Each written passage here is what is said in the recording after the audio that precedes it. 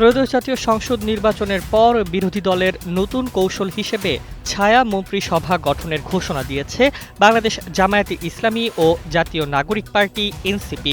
শনিবার রাতে সুনামগঞ্জ ২ আসনের জামায়াত প্রার্থী ও সুপ্রিম কোর্টের জ্যেষ্ঠ আইনজীবী মোহাম্মদ শিশির মনির ফেসবুকে ঘোষণা দেন, আমরা ছায়া মন্ত্রী পরিষদ গঠন করব ইনশাআল্লাহ।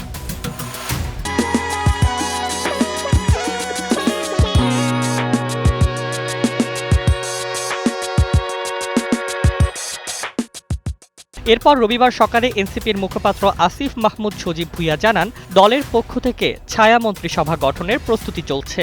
তিনি বলেন, ছায়া মন্ত্রিসভা স্বচ্ছতা ও জবাবদিহিতা নিশ্চিত করবে এবং সরকারের কার্যক্রম পর্যবেক্ষণ করবে।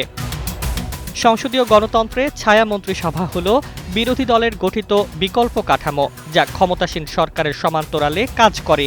সরকারের নীতি ও কার্যক্রম পর্যবেক্ষণ, ভুল ত্রুটি ধরিয়ে দেওয়া এবং বিকল্প নীতি প্রস্তাব করার দায়িত্ব থাকে এদের। যুক্তরাজ্য, কানাডা, অস্ট্রেলিয়া ও নিউজিল্যান্ডে এই প্রথা দীর্ঘদিনে জনপ্রিয়। এনসিপি বলেছে, ছায়া মন্ত্রিসভা শুধুমাত্র বিরোধী দলীয় কাঠামো নয়, এটি গণতান্ত্রিক সংস্কৃতির অংশ। এটি সরকারের প্রতি জবাবদিহিতা ও সৃষ্টিশীল নেতৃত্ব প্রতিষ্ঠায় গুরুত্বপূর্ণ। প্রতিটি গুরুত্বপূর্ণ মন্ত্রণালয়ের জন্য একজন করে ছায়া মন্ত্রী মনোনীত করা হবে।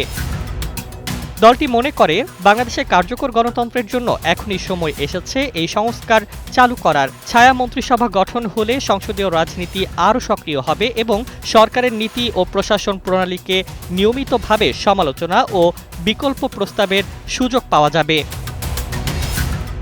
এভাবে জামায়াত ও এনসিপি মিলিতভাবে বিরোধী রাজনৈতিক শক্তি হিসেবে সরকারকে তৎপর রাখতে, স্বচ্ছতা ও জবাবদিহিতা নিশ্চিত করতে ছায়া মন্ত্রিসভাকে কার্যকর করার উদ্যোগ নেবে।